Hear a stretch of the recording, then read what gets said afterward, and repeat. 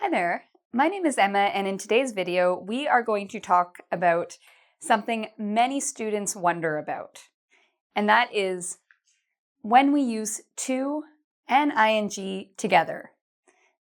Sorry. Okay, so for example, what many students, when they see this, their minds, they have no idea what is this. It goes against all the rules they've learned. So I'm going to explain to you when this happens and how we can use it. So let's look at some examples. This is the most common example of this you will see. I look forward to meeting you. Notice we have our verb look forward, and then we have this little guy here, to, and then we also have ing, okay? So in this case, it's very strange. We're going to learn about why this is in a moment, but before we do that, I want to tell you some of the basic rules so you can understand, first off, what am I talking about with ing and what am I talking about with to. So let's look at the basic rules. This is all about when you have two verbs in a sentence. For example, thank is the first verb, and help is the second verb, okay? What you will notice in English, the first rule is anytime you have a preposition between the first verb and the second, you're going to use ing. A preposition is a word like for, to, about, toward, up, down, in, out. All of these words that kind of tell us where something is located, these are called prepositions. So whenever you see a preposition after a verb, the next verb is going to end in ing. So our example here, I thank you for helping me. Similarly, we have our verb, interested, am interested, so this is the verb. And we have a second verb, learn. So if we have a preposition after the first verb, I'm interested in, you're going to see that the second verb is going to end in ing. I'm interested in learning English. So we don't say, I'm interested in to learn English. Similarly, we don't say, I thank you to help me.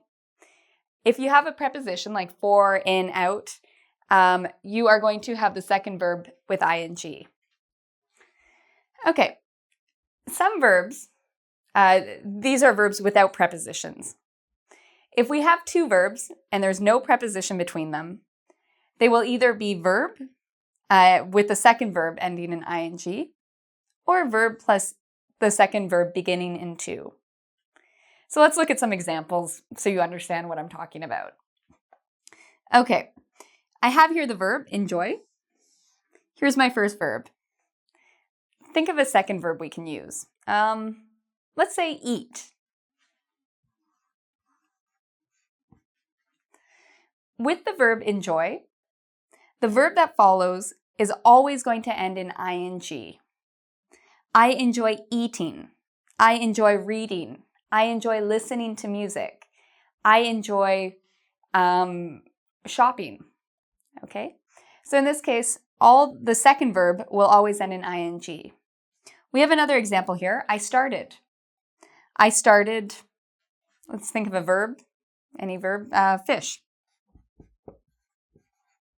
I started fishing. So again, this is the first verb. Here's the second verb. Second verb ends in ing. I started drinking. I started eating my dinner. Okay. Then we also have some verbs that you will see. Here's the first verb, decided. The second verb does not end in ing. I decided to, what's a verb we can use here? Watch. I decided to watch TV. Okay. I want to eat ice cream. So in this case, we have two verbs. So verb 1, verb 2, verb 1, verb 2. The second verb begins with the word to. Now, other teachers on engVid have already covered this information. What you will notice is that some verbs are always like this, some verbs are always like this, and some verbs do both. It's pretty much you have to memorize when is it ing, and when is it to. What we're really interested in today is this really confusing thing. Why is it ing and to? All right. So let's look at some more examples of this, and I will tell you the rule on when we use ing and to together. Okay, so I've explained to you the 3 rules we use when we have 2 verbs together. Okay, sometimes you have a verb followed by ing, sometimes you have a verb followed by to, and in the case of prepositions, you have a verb followed by ing. So I've taught you these 3 rules. Now we're going to look at when we have both ing and to together. Okay, so ing and to together. So in this case, we have 2 verbs. The first verb is I look forward to. The second verb is meeting, okay? So we have 2 verbs. In this case, to is acting as a preposition, okay? So just like what we said before with up, down, in, out, in this case, to is a preposition. This is actually a phrasal verb. It's actually almost like it's the same verb. To is a part of look forward. You can't have I look forward meeting. No, to is a part of the verb. So in this case, because it's a phrasal verb and to is a preposition, meeting is going to have ing. Another way to look at this is if you look at this next example. I look forward to ice cream. In this case, we only have one verb. We have look forward to, this is the verb, ice cream. We don't have a second verb. Instead, we have a noun. This is fine. This is the test you can do. If to can be followed only by a noun, then we know that it's actually a part of the verb, okay? So I look forward to ice cream. I can do this with to, but I can't say I hope to ice cream. In this case, this does not work. To is separate. So it's separate from hope. So we could say instead, I hope to eat. We'd need to add a verb here. I need to eat ice cream. So in this case, to is a part of it. It's a preposition. In this case, when we have 2 verbs, to is separating them. So they're 2 different cases. Let's look at some more examples. You will get used to living here. We have the verb get used to.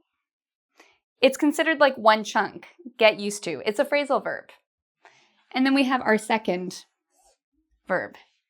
You will get used to living here. We have to, and we also have ing. In this case, to is a preposition, and that's why it is followed by a verb with ing. Get used to means to become accustomed to, okay? So for example, some of my students have come to Canada, and at first the cold is very terrible in the wintertime. They hate the cold, but they get used to it. And then the cold is no problem. They get accustomed to it. Again, just like with this, we could change this to a noun. I could say, you will get used to winter. You will get used to English. Or I can have a verb. Both are possible, so we know that this is a chunk. We have another example. Judge Judy. Judge Judy objects to lying. Objects means she gets angry. She does not approve. She disapproves of lying. So again, we have to, and we have ing together. The verb is objects to. It's one unit. And lying is our second verb. Okay. A third example, I resorted to stealing. Okay. I resorted to stealing, or I confessed to stealing. If you resort to something, it means although you didn't really want to do it, you had to do it. So for example, imagine I have a big test and I know I'm going to fail, so I decide to cheat. I resorted to cheating. Usually we resort to doing something bad. So I resorted to stealing. Again, we have to and we have ing. The reason we have both is resorted and to are a unit. They go together. They always go together. So we can't say I resort stealing. It's always I resorted to stealing. Same with the word confess. If you confess to something, it means you tell someone what you did wrong. Okay, so I confessed to stealing. So again, just like resorted to, confess to, it's one unit. Okay, so these words go together. To, in this case, is a preposition. Confess to is a phrasal verb. So afterwards, stealing is going to end in ing. Okay, our final example. I'm opposed to living in Antarctica. This means I'm against living in Antarctica. I don't know why I'm against it. I guess I hate the cold, although I love penguins. I'm going to say I'm opposed to living in Antarctica. Now, I'm opposed to, it's a unit. It goes together. It's a phrasal verb. So this means that it's a verb that always has to as a preposition. So because to is a preposition, the verb afterwards is going to have ing. So I'm opposed to living in Antarctica. I'm opposed to drinking and driving. I'm opposed to doing drugs. Okay, so again, I could even get rid of this and use a noun. I could say I'm opposed to drugs. I'm opposed to doing drugs. All right, so again, key here, sometimes we have to and ing together between a verb. We do this when we have to as a phrasal verb and to is acting as a preposition. All right, so I hope you come visit our website at www.engvid.com. There you can do a quiz to make sure that you understand this video and that you have mastered the concepts in it. You'll also see a lot more examples of when we use to and ing. So until next time, thank you for watching and take care.